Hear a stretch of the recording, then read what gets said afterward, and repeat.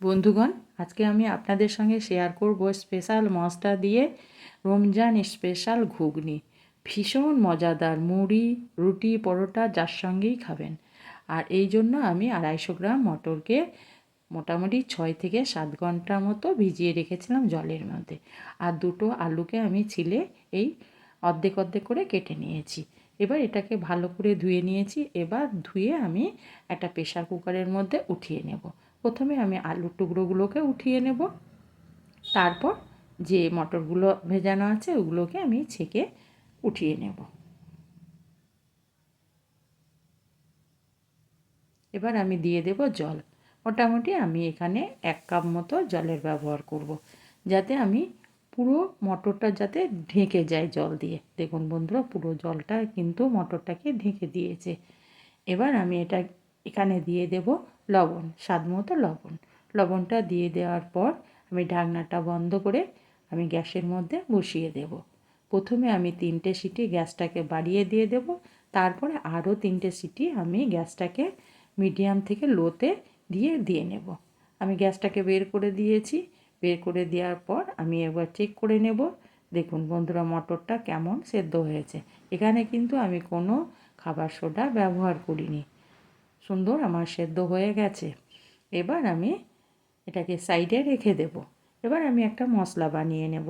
তার জন্য আমি গ্যাসের মধ্যে একটা প্যান বসিয়ে দিলাম। প্যানের মধ্যে দুটো দিয়ে দিলাম লঙ্কা, শুকনো লঙ্কা, একটা তেজপাতাকে আমি ফাটিয়ে নিয়েছি, 1 চামচ গোটা ধনে, 1 চামচ গোটা জিরে, দুটো ছোটো এলাচ আর 1 টুকরো দারচিনি, 2 থেকে 3 টুকরো আমি লবঙ্গ দিয়ে দিলাম। এবার এগুলোকে নেড়েচেড়ে আমি ভেজে নেব। এগুলোকে আমি ভেজে নিলাম। এবার এটাকে আমি গ্যাসটাকে বন্ধ করে দিয়ে এটাকে পুরোপুরি ঠান্ডা করে নিয়ে গুঁড়ো করে নেব। এবার আমি গ্যাসের মধ্যে বসিয়ে দিয়েছি একটা কড়াই। কড়াইয়ের মধ্যে দিয়ে দিলাম আমি 3 চামচ মতো সর্ষের তেল। তেলটা দেওয়ার পর আমি এখানে দিয়ে দিলাম ফোড়ন, অল্প একটু জিরে, আর এখানে আমি দিয়ে দিলাম একটা বড় সাইজের পেঁয়াজকে আমি কুচিয়ে রেখেছিলাম, সেটাকে দিয়ে দিলাম। এবার আমি অনবরত নেড়ে নেড়ে পেঁয়াজটাকে নরম করে নেব। পেঁয়াজটা নরম হয়ে গেছে। এবার আমি এখানে দিয়ে দিলাম 1 চামচ আদা রসুনের পেস্ট। এবার আমি আদা রসুনের পেস্টটাকে আমি পেঁয়াজের সঙ্গে কিছুক্ষণ কষিয়ে নেব। আমার আদা রসুনটা কষানো হয়ে গেছে। এবার আমি এখানে দিয়ে দিলাম, গ্যাসটাকে কমিয়ে দিলাম। এবার দিয়ে দিলাম গুঁড়ো মশলা, যার মধ্যে আছে পরিমাণ মতো হলুদের গুঁড়ো আর জিরে গুঁড়ো, ধনে গুঁড়ো পরিমাণ মতো, আর দিয়ে দিলাম শুকনো লঙ্কার গুঁড়ো। ঝালটা আপনারা আপনাদের পছন্দ মতো বাড়িয়ে কমিয়ে দেবেন। এবার আমি অনবরত নাড়তে নাড়তে এটাকে ভেজে নেব। যতক্ষণ না তেল ছাড়ছে ততক্ষণই আমি ভাজবো। দেখুন বন্ধুরা, একটু গাঢ় গাঢ় লাগছিলো বা আঠা আঠা লাগছিলো, সেই জন্য আমি এখানে দিয়ে দিলাম অল্প একটু জল। জল দিয়ে আবারও আমি সমস্ত মশলাগুলোকে ভালো করে কষিয়ে নেব।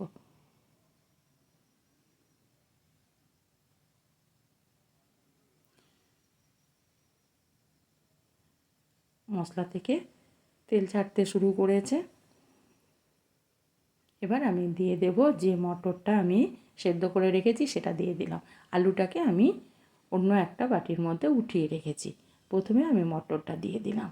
দিয়ে দেওয়ার পর মশলার সঙ্গে মটরটাকে জল সমেত আমি দিয়ে দিয়েছি। এবার আমি ভালো করে কষিয়ে নেব।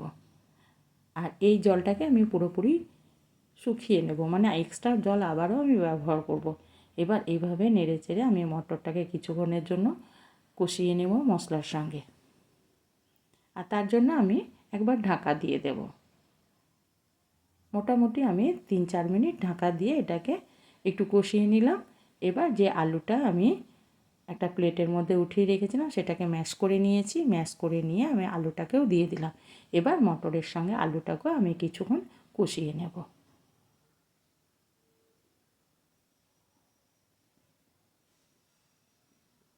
এইভাবে আমি খুন্তি দিয়ে আলুগুলো যে বাদবাকি যে একটু ইয়ে আছে ওটা আছে সেগুলোকেও দিয়ে দেবো। হ্যাঁ বন্ধুরা, এখানে যে আমি সেদ্ধ আলুটা দিলাম, এর ফলে এই যে ঘুগনিটা হবে গাঢ় হবে, পাতলা হবে না।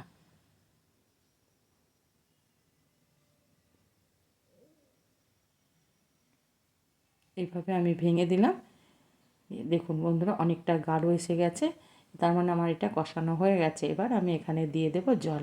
এখানে আমি আবারও মোটামুটি 1 কাপ মতো জল দিয়ে দিলাম।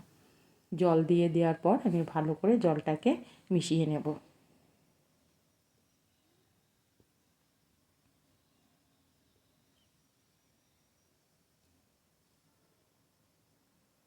জলটা দিয়ে দেওয়ার পর জলটা ফুটে উঠবে, তখনই আমি দিয়ে দিলাম একটা টমেটোর আমি অর্ধেকটা কেটে নিয়েছিলাম। এখানে অপশনাল, যদি আপনাদের ইচ্ছে হয় তাহলে কিন্তু টমেটোটা দিতে পারেন, আর যদি ইচ্ছে না হয় তাহলে কিন্তু না দিলেও হবে, টেস্টটা কিন্তু একই রয়ে যাবে। এবার টমেটোটাকে দেওয়ার পর আমি ঢাকা দিয়ে মিনিট 5 গ্যাসটাকে কমিয়ে দিয়ে রান্না করে নিলাম। দেখুন বন্ধুরা, আমি মোটামুটি 5 মিনিট পর ফিরে এলাম। আমার টমেটোগুলো একদম নরম হয়ে গেছে, একদম মিশে যাবে টমেটোগুলো, বুঝতেই পারা যাবে না। আমি নেড়ে চেড়ে নিলাম যাতে তলে ধরে না যায়, আর গ্যাসটা আমার এখন কমানোই আছে। এই অবস্থায় আমি যে মশলাটা করে রেখেছিলাম সেই মশলাটা গুঁড়ো করে আমি 2 চামচ মতো দিয়ে দিলাম। আর এই মশলাটা দেওয়ার সঙ্গে সঙ্গে কিন্তু এই ঘুগনির টেস্টটা, স্বাদটা কিন্তু সম্পূর্ণভাবে পাল্টিয়ে যাবে। এত সুন্দর সেন্ট করবে ঘরের মধ্যে না, আর যেও থাকবে সেই কিন্তু বলবে যে ভীষণ একটা সেন্ট বেড়াচ্ছে। এবার আমি এখানে দিয়ে দিলাম ধনেপাতা কুচনো। ধনেপাতাটাকে দেওয়ার পর গ্যাসটা কিন্তু আর আমি বাড়াবো না, কারণ আমি এই জলটাকে আর পুরো মেরে দেব না, কারণ এর থেকে জলটা মেরে দিলে কিন্তু একদম শুকনো হয়ে যাবে, আর এটা যখন ঠান্ডা অবস্থায় এটা অনেকটাই গাঢ় হয়ে যাবে। এবার ঢাকা দিয়ে গ্যাসটা কমিয়ে রেখে দিলাম। এবার বন্ধুরা আমি 2 মিনিট পর ফিরে এলাম। ঢাকনাটা খুলে আমি একটা প্লেটের মধ্যে উঠিয়ে নেব। দেখুন বন্ধুরা কেমন ধোঁয়া উঠছে, আর যেমন টেস্টি তেমনি কিন্তু স্বাদেও অসাধারণ। হ্যাঁ, এবার আমি একটা বাটির মধ্যে উঠিয়ে নিলাম। আর একটু টেস্ট বাড়ানোর জন্য আমি এখানে দিয়ে দেব পেঁয়াজ, কুচনো পেঁয়াজ অল্প একটু, এতে টেস্টটা কিন্তু দ্বিগুণ বেড়ে যাবে। আর দিয়ে দিলাম অল্প একটু ধনেপাতা কুচনো, আর দিয়ে দেবো এখানে একটা লঙ্কাকে আমি ছোটো ছোটো করে কুচিয়ে নিয়েছিলাম, সেটা দিয়ে দিলাম। দিয়ে দেওয়ার পর যদি আপনারা এখানে লেবুর রস খেতে চান তাহলে কিন্তু একটু লেবুর রস দিয়ে দিতে পারেন। আর দিয়ে দিলাম আমি ঝুরি ভাজা। ঝুরি ভাজাটা দেওয়ার পর এটা এবার আমি গরম গরম পরিবেশন করব। বাই।